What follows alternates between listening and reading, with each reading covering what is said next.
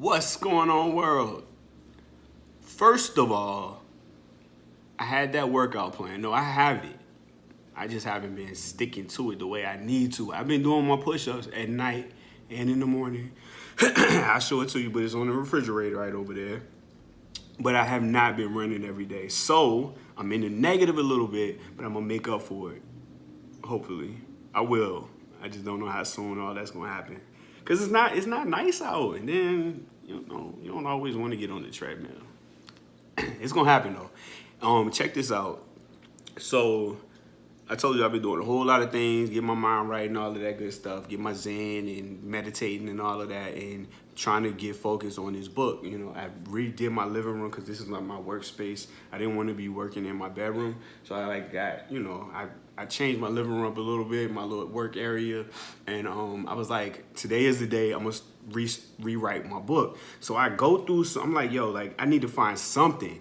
So I dig through some old email accounts, not like just old email, but I tried to I used 8 different passwords to get into this account and did some searching, and bam, I found this conversation that I had with this author. Her name is Patrice Gaines, and there was my book.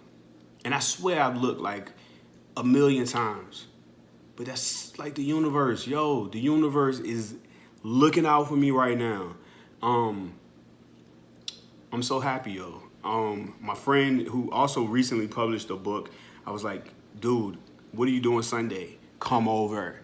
So I'm gonna get some feedback from him and find out what he did to do the whole publishing thing. And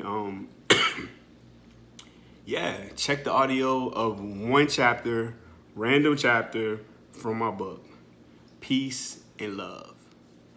This is my friend's book, by the way. His name is Dante Payton, and it's called Voice and Valor. And mine is legit.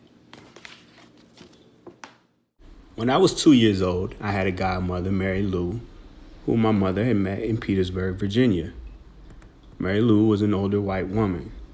She was married to Mike. 6724582, Mike and Mary Lou. It was a sort of song that she had made up in order to get me to remember her telephone number. My mother met her while she was pregnant. She was on the street and 9 months in when this stranger walks up and comments on her big basketball-like belly. It wasn't long before my mother, who had a way of getting in with people that she didn't know, was in the passenger side of Mary Lou's big caravan speeding to Petersburg Regional Hospital. Mary Lou was there the entire time. I was born, and I had a godmother. At some point, my family wound up living with Mary Lou on her farm, but I was an infant, so I am not quite aware of how we wound up there. But I have grown to learn that it wasn't very difficult for my charming mother to talk her way into the homes of total strangers.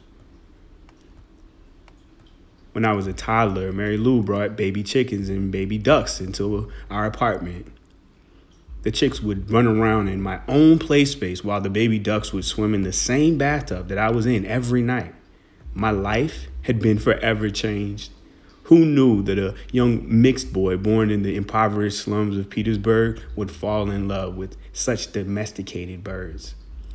Love at first sight exists indeed.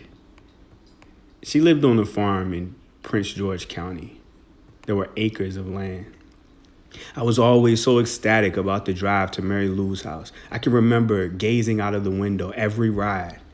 I had landmarks along the winding country roads that let me know when we were getting close.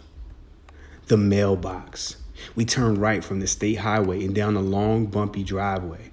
There was tall grass on both sides and an old wooden fence that was about the length of the driveway itself. I used to imagine how many quail nests dotted the massive fields from the stories that Mary Lou had told.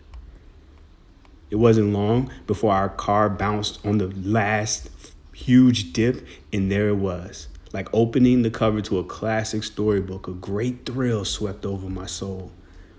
The peacocks fluttered from the tall pines. The chickens were scattered about the old porches, the barren fields, and the hastily crafted barns. The guineas and geese sounded their atrocious alarms, alerting that Mike and Mary Lou that their guests had arrived. They would come out of the house smiling and waiting to hug us.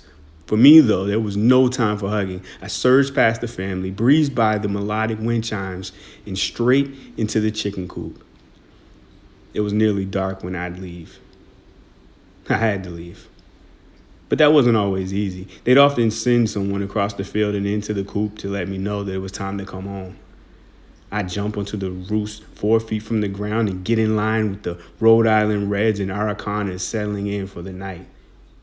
If it were Mary Lou coming to retrieve me, she'd allow me 5 more minutes to pretend that I was a rooster getting ready for bed. However, if they had sent my brother to get me, he'd remind me that the pond behind the barn was the same one that Jason from the Halloween thriller movies had killed all those kids. I'd shudder, fly off my perch, and flap my arms all the way to the house.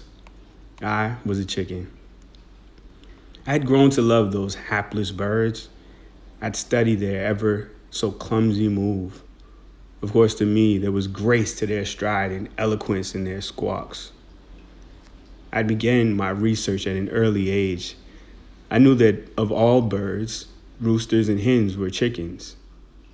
Male chickens are roosters, known by their resounding crows and sweeping tail feathers, and female chickens are hens, known by their ability to lay an egg nearly every day. I also learned that white leghorns lay the most eggs every day and are usually the producers of the very eggs that are in our refrigerators. Rhode Island Reds, which have a rather brownish colored feather, were a hardy breed that laid brown eggs and had often became a fine center of eyes at the dining table of their owners. This, of course, I didn't know until a lot later. I learned that bantams were miniature chickens. They'd grow about 1/3 the size of a Rhode Island Red and could weigh as little as a 20-ounce bottle of Pepsi. I was keen to the bantam's ability to be the tiniest birds in the flock, yet be so proud. They were also strong flyers, able to escape my reach by sometimes fluttering a good 15 feet atop the barn. Yes, bantams amazed me. There's more to that chapter, but that's it. Thanks for listening.